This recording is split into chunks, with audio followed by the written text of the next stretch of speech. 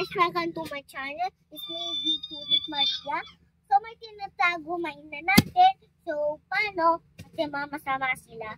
Kailangan silang bumili ng damit. Kailangan silang bumili ng makeup. Ang dami nilang binibigay sa kanilang sarili. Mahal nilang sarili. At tignan nyo, 1K pa ang kanyang pera. 1, 2, 3, pakita. Guys, tignan nyo to. Ito pala siyang sabahing ina. So, hindi siya lagi natutuwa sa amin. Lagi siyang umiinom ng anak dati. Oh my God. Ang nanay. Ang totoong nanay na mas binibigyan ng inuman at saka party. Masaya sila. Isang araw ng bata ako. Dati, nagtitinda si mama sa pasar. Alam nyo ba guys? Ang nangyari, si mama ang nagbago. Kasi umiinom siya ng alak. Hindi niya alam kung paano lagi siya umiinom ng alak. Lagi siyang malungkot. Lagi siyang galitin. Kasi lagi siyang masaya. Kasi lagi siyang umiiyak. Kasi walang pera. Wala din tinatago sa kanya. At isang araw, may tinatago si mama. At ang nanay natin, palugpukin niya na. Kasi ang masabahing nanay, hindi ganon. Hindi pinapansin naman na.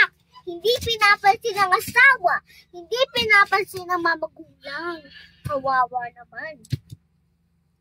At ang pinakamasama sa buong mundo, ang nagsisungaling ng nanay. So, ito, tinan nyo yung numbers. Bibigyan ko kayong tinan nyo. Kasi ang sabahing na, hindi gano'n. Laging pinapagalitan ng Diyos. Tinan nyo, 1K na to. 1K, diba? Diba? Diba 1K? Natutuwa ako sa inyo kasi panonin nyo lagi ang video ko. So kung paano matutunan kayo mag-video. Alam nyo ba guys? Alam nyo ba si mama?